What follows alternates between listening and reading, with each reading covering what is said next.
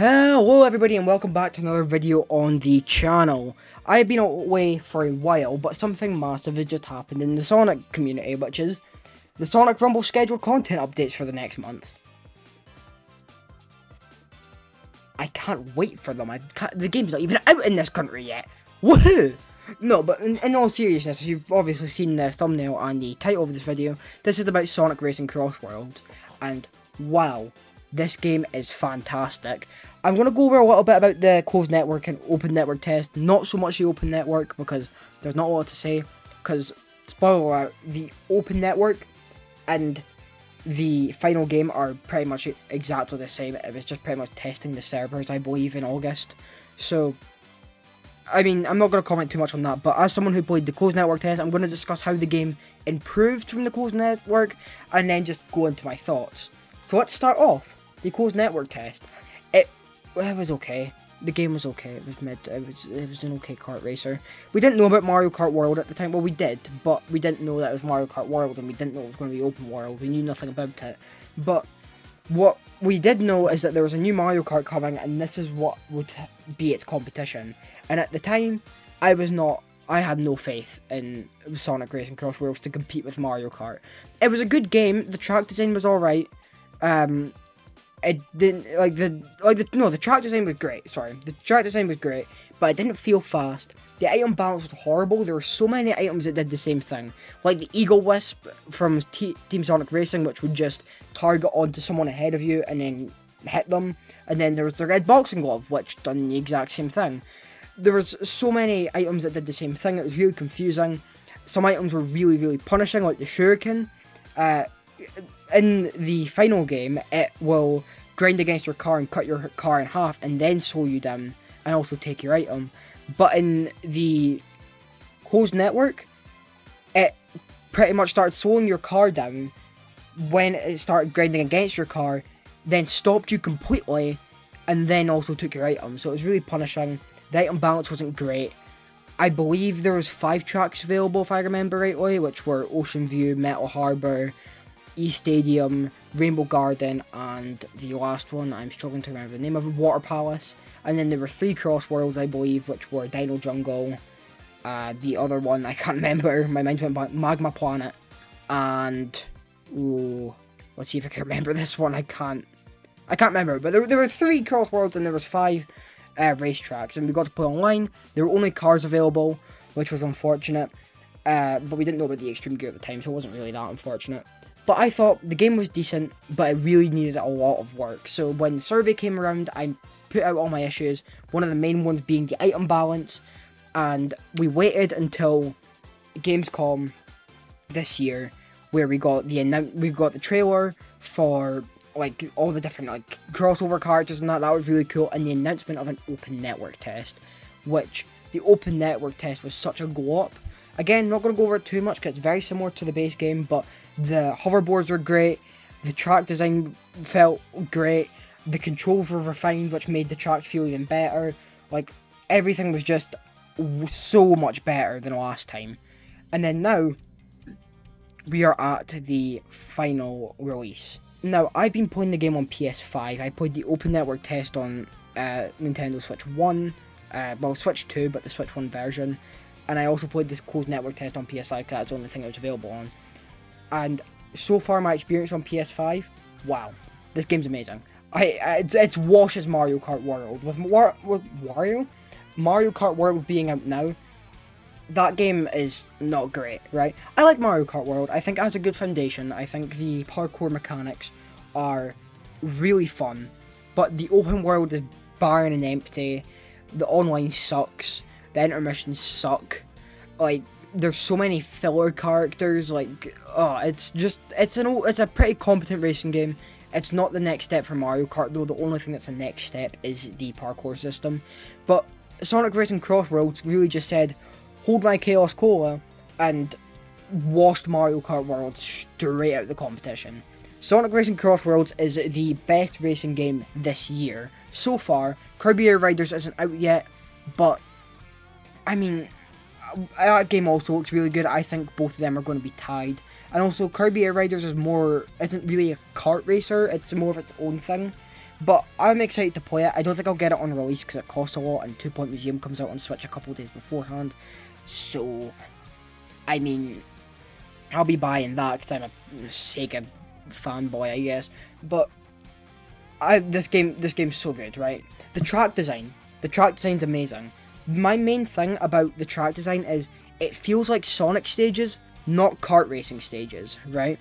In all the returning locales from previous Sonic games and even previous Sonic racing games with tracks like Sand Road and Market Street, these feel like Sonic stages and not racing stages. In Metal Harbor, I feel like I'm actually playing in Metal Harbor. I don't feel like I'm playing in a racetrack surrounded by Metal Harbor stuff, right? Like, there's so many, like, branching paths in that. Like, in Metal Harbor, again, this is my favourite stage, you can either fly above all the gun carriers, or you can take a wider drift and then, like, drive on top of them. Or in Radical Highway, you can, fly off a ramp and then go along, like, the edge of the Golden Gate Bridge, or whatever it's called in the Sonic universe, and then get, like, a bunch of boost panels, but you need to be careful that you don't fall off and then lose all your speed.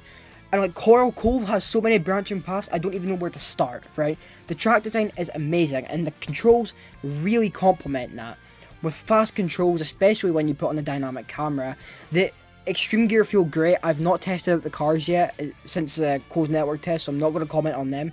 But while the Extreme Gear do not control anything like they did in Riders, they still feel amazing, and I really feel like the Extreme Gear is the best Sonic racing thing you can have, right? Apart from Sonic being on foot, the best way to make a Sonic racing game is with the Extreme Gear because they feel really Sonic-like.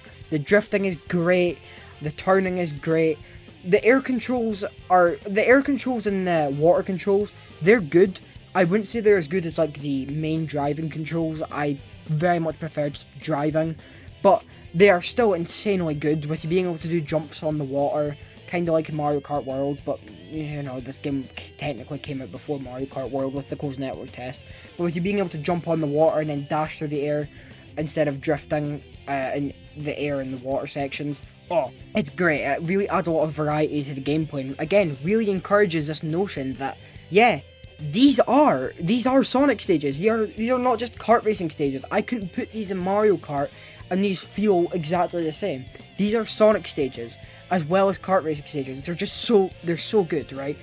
Again, the controls are great. The Crossworld mechanic is awesome, right? I really should have discussed this when I was talking about the track design, but, like, the Crossworlds, like, oh my god, they're all designed insanely well. Like, Chun Nan or Dragon Road is one of my favourites, purely because of the music and the visuals. And there's so many, they've all got their own gimmicks. Again, they feel like Sonic stages. And it really adds a lot of variety into the race without taking away from the flow of the race, like Mario Kart World does with intermissions. I'm stuttering here because I'm really excited about this game, and I really love it. Like, in Mario Kart World, the intermissions really, like, slow down the gameplay, but the Crossworlds don't do that in Sonic Racing Crossworlds. Like, they keep the flow while giving you a different stage every time, and after you get past a certain point in the game, you can get the normal tracks as Crossworlds as well, which adds an insane amount of variety. Like, the Crossworld mechanic is perfect, right? And then, don't even get me started on the character roster, right? We've got characters you wouldn't even expect to come back, like the Babylon Rogues, which you kind of expect was Extreme Gear, but it's still cool that they're back. Sage is playable for the first time ever. That's amazing. That's awesome. Like, if you pre-ordered the game, you get the Werehog, which it's a shame he's a pre-order bonus, and it's a shame that he doesn't have voice lines, but it's still cool he's there. And then, like, Sonic Prime characters, if you get the Prime pack, like 9 Rusty Rose and Knuckles the Dread. I don't care for Sonic Prime, but Pirate Knuckles is cool as fuck. I'll pay for that. And then obviously you've got all the crossover characters like Hatsune Miku being there day one. That was a shock to see when I was getting all my fucking DLC stuff. Hatsune Miku just appeared. I thought she'd be coming later, but no, she was there when the Digital Deluxe version launched. Huh? What? Why? I don't know. I'm happy she's there. She gave us some more Extreme Gear stuff, but, like, still. And then obviously you've got, like, the Minecraft characters, SpongeBob, TMNT, Mega Man, Pac-Man, Avatar, all of that coming in the Season Pass. the character roster is brilliant, and the character models are also amazing. This is something I want to touch on real quick. I love the character models in this game. They are slightly lower poly than they are in Shadow Gens and Frontiers, but holy shit, I'm all for it. They look amazing. And that brings me on to another thing, the character in this game. Not just the characters, like the character roster, every character and their own unique, like, interactions with each other for the rival stuff. Oh my god, this is amazing! Like, I could have Cream interact with Storm. When was that gonna happen? Maybe in the comics, but like, in video game form. This is amazing, right? Having all of this just stuff of them interacting and speaking to each other. This is amazing, and they comment on their locations. Like, I've had a few times when I've been playing the Kronos Island track, where Sonic will just say, "Watch out for Coco on the road." That's great! Like, that's something Sonic would say. They finally managed to, like, write these characters as who they are meant to be. And, like, Shadow will comment on White Space, because the White Space track in Sonic Racing Crossworlds is the Shadow Gens version, because I don't know what the fuck you're meant to make out of the Sonic Generations White Space. And, like, he'll be like, "I never thought I would," he's like, "I never thought I'd be back here." And, like, oh my god, that's great. And, like, oh, this is so great. And, like, Knuckles asks if, like, Water Palace is, like, ancient Echidna ruins. Oh, this is so great. And, like, the rival interactions are so, like, amazing. And then sometimes if you hit a character who isn't even your rival, by the way, sometimes they'll just speak to each other. This is great. This is more than a racing game. This is the biggest Sonic game we've had in, like, since Shadow Gens, which is under a year old. But I don't care. Like, Shadow Gens was I'm stuttering. I'm getting this excited. Oh my god. Like, Shadow Gens was a big game for the Sonic franchise, right? It was like the first sort of AAA Sonic game to come out, but it was bundled with a remaster, so it kind of got discounted as a side story, even though everybody still loved it, and it got like 8 and 9s out of 10s across the board. It was still packaged as a remaster, which kind of discounted the game a little bit.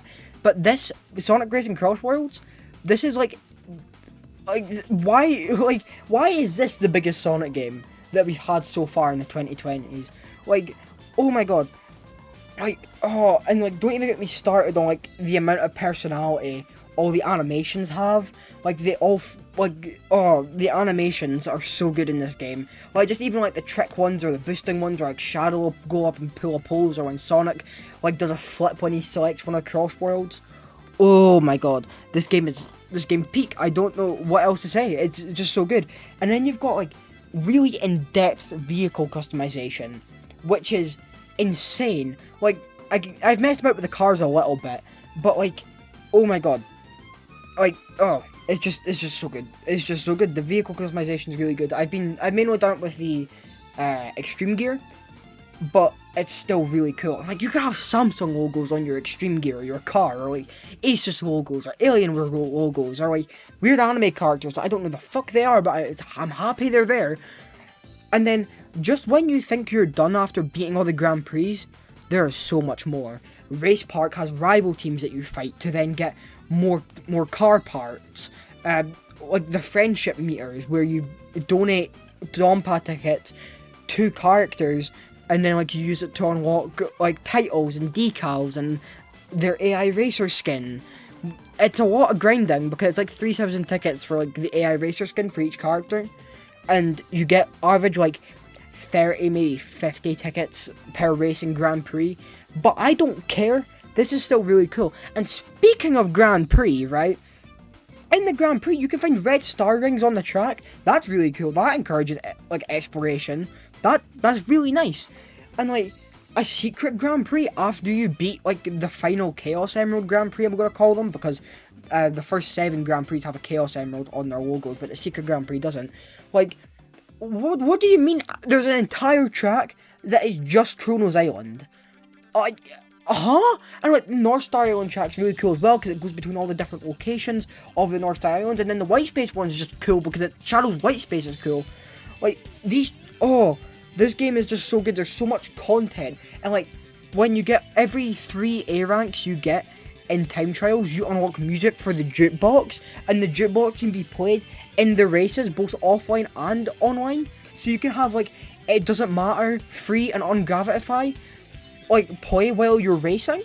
What is this game? Why is this game so big? Like, they really locked in for the racing game. Like, I'm not saying they haven't locked in, but like, it seems to be that the quality of each product is getting better, right? And the soundtrack, man. There are some things about the soundtrack I don't like. I don't like the main theme, and there's a few remixes that kind of irk me. But overall, the soundtrack is bangers across the board, right? The Aptos remix has really grown on me. I didn't like it initially, but I really like it now. The Cyberspace remix, the Kronos Island remix, the White Space remix, the Metal Harbor remix, the Sand Road remix, all of it is insanely good. This game is awesome, right? Now, there are a few things about the game that people don't like, and one of the things is the price. Now, I can't remember the price off the top of my head, but I believe it's £80 in the UK for the Digital Deluxe Edition, which comes with the Prime Character Pack and the Season Pass.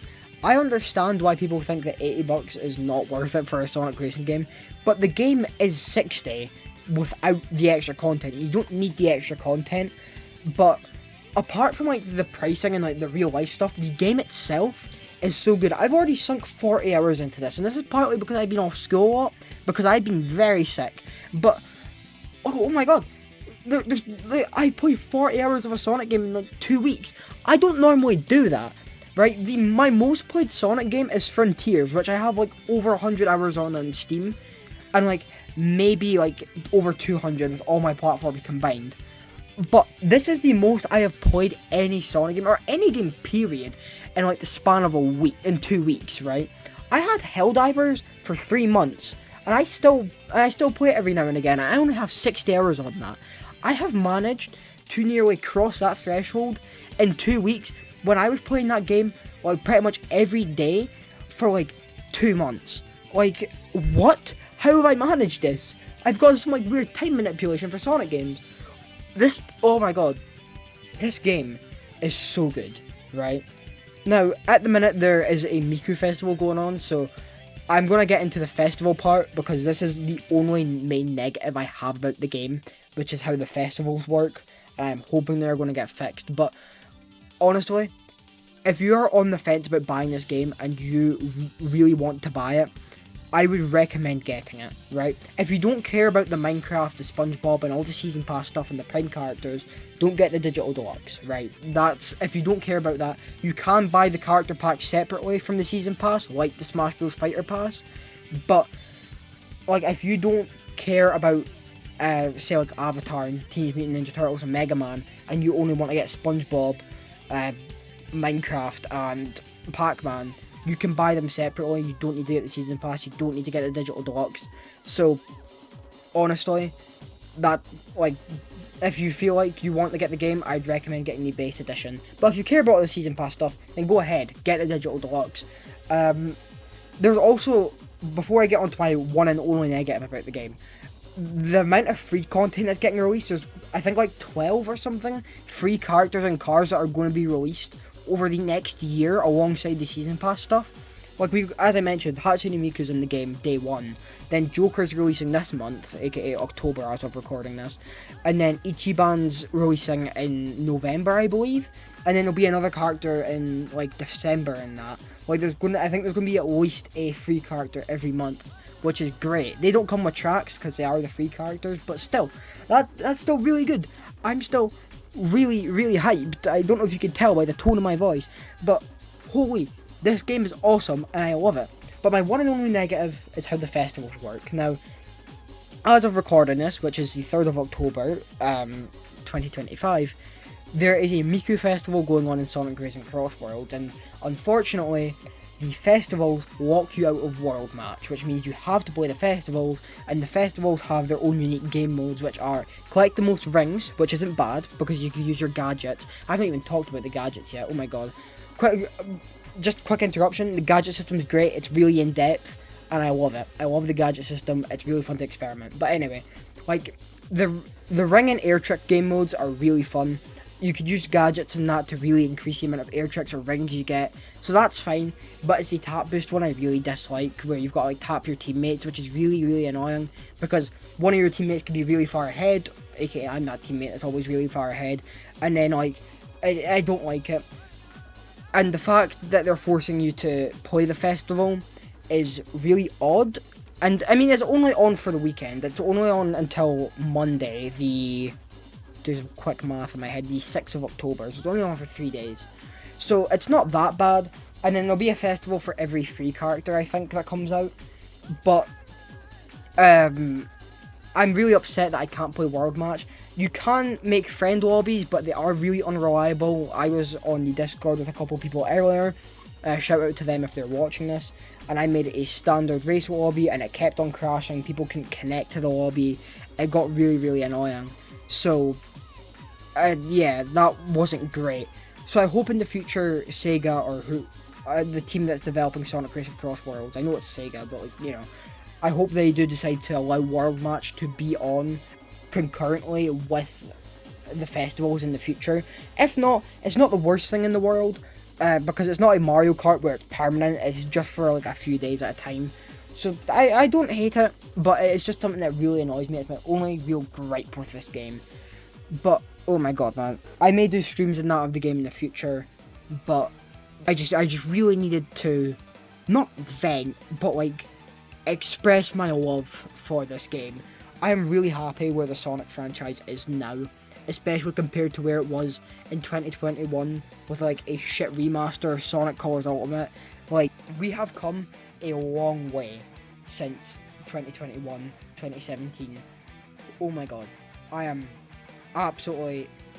really happy with how Sonic Racing Crossworlds has turned out. But that's going to be me for now.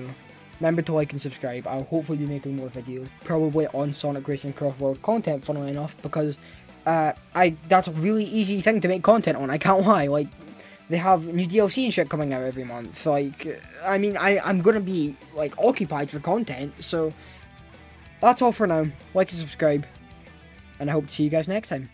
See ya!